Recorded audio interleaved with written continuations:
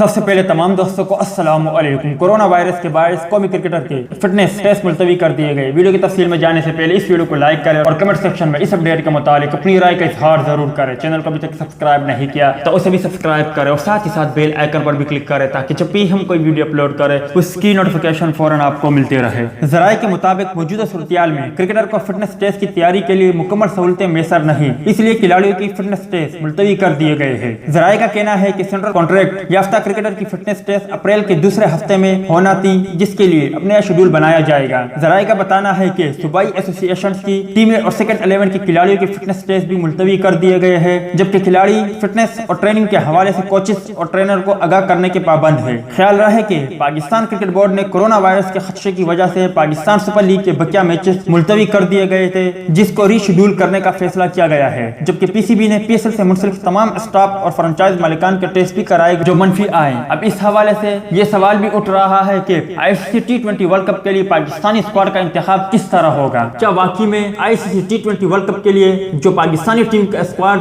Select ہوگا وہ P S L کی بنیاد پر ہوگا؟ مطلب کہ پاکستان سپر لیگ میں بہترین کارکردگی کا مظاہرہ کرنے والے کھلاڑیوں کو آئی سی سی T20 ورلڈ کپ کے لیے پاکستانی اسکواڈ میں شامل کیا جا سکتا ہے یا نہیں؟ کیونکہ وسیم خان بھی پہلے کہہ چکے ہیں کہ آئی سی سی T20 ورلڈ کپ کے لیے پاکستانی اسکواڈ کا اعلان کرنے میں مشکلات کا شکار ہے اور یقیناً تمام ٹیمیں ہی مشکلات کا شکار ہوگی۔ اب دیکھتے ہیں کہ چیف سلیکٹر مصباح الحق مشاورت کے بعد آئی سی سی T20 ورلڈ کپ کے لیے اسکواڈ کا انتخاب کس طرح کرتے ہیں۔ فی الحال اس بارے میں کچھ کہنا قبل از وقت ہوگا۔ تو دوست یہ تھی پاکستان کرکٹ ٹیم کے حوالے سے کچھ اپڈیٹ، امید کرتا آپ کو پسند آئی ہوگی۔ اس اپڈیٹ کے متعلق اپنی رائے کا اظہار کمنٹ باکس میں ضرور دیں۔